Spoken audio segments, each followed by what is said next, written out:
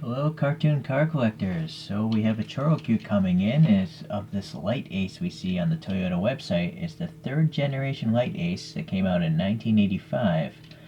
This thing, let's see, has a inline 4-cylinder and it could make around 70 to 80 horsepower. That's what I'm seeing there.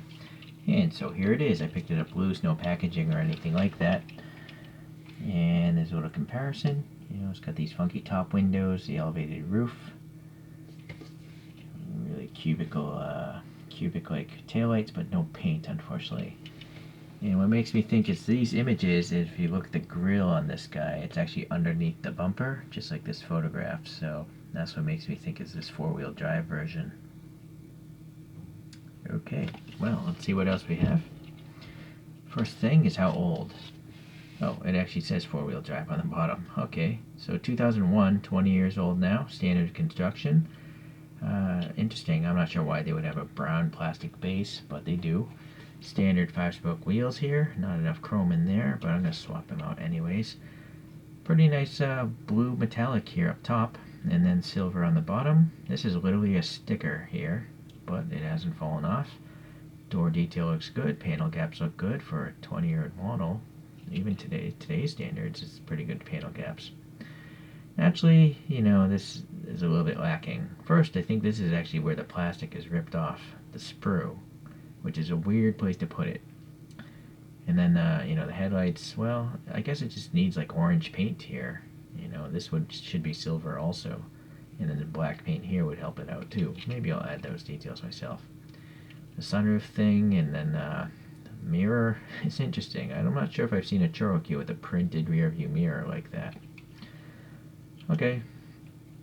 Comes from a nostalgic set. Not sure what else is in that set, so let's see how long I can take to swap these wheels out. It shouldn't be too long, assuming that tab can come out of that groove in the back. Today I'm going to put on some NK wheels. In particular, they're NK Apache 4 spokes. If you're curious, just when you see them. Oh, see, here's that tab issue. I'm gonna have to come back. So I thought I'd show you the inside because for some reason they took the time to actually mold a decent enough, you know, interior. But frankly, it's just unnecessary because these windows are so dark. I mean, look at it. It looks like they're blacked out windows. So it's strange. Maybe in the past they had some lighter colored windows or something. But yeah, I thought that was really strange that they would go through that trouble to add that sort of detail. And it doesn't really want to sit in there properly either. Maybe that way. Alright, well, I'm going to pop in a blank motor here where I took out the rear axle.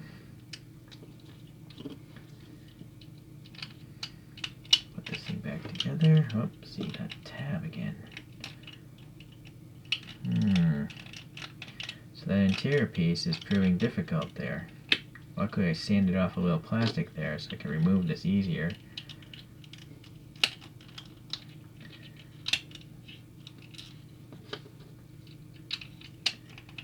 Alright, that's better. Yeah, really weird. Why would they add that plastic in there if it costs money to do so?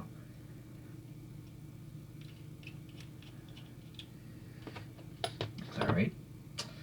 So here are those wheels here. I, you know, sprayed them silver, and there's a brake rotor, but it's part of the wheel, so no caliper or anything like that. And I'm just using some poster board putty. Let's make this steer towards the left. Gonna add my camber to the back wheels. Try to get the steering parallel.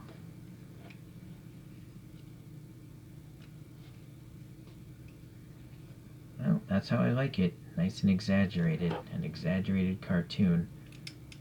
Alright, let's get this thing spinning and check out some other models here.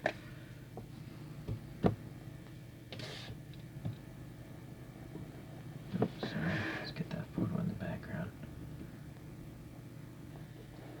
Okay, for 164, I have a Tomica Limited Vintage Town Ace, which is very similar to a LiteAce. I think it's the next level that came out after the LiteAce. So, you know, proportion-wise, the front end, rear ends look around 164. It's just a foreshortening, you know, it's a lot shorter than it should be. Alright, let's look at some cartoons now. So I have a Subaru Sandbar delivery truck here. And that's got some aftermarket, like Hot Wheels chromed wheel riders. We have a police car by ChoroQ Zero. That's a Renault Kangoo. And then we have another delivery vehicle here. It's a Tiny Q of an Isuzu, boy, let's see, N series from 1993.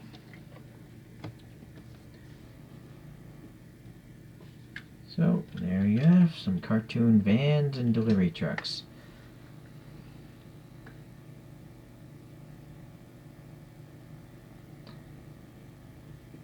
You know, even though these are all cartoon cars, the actual scale differences or size differences make sense.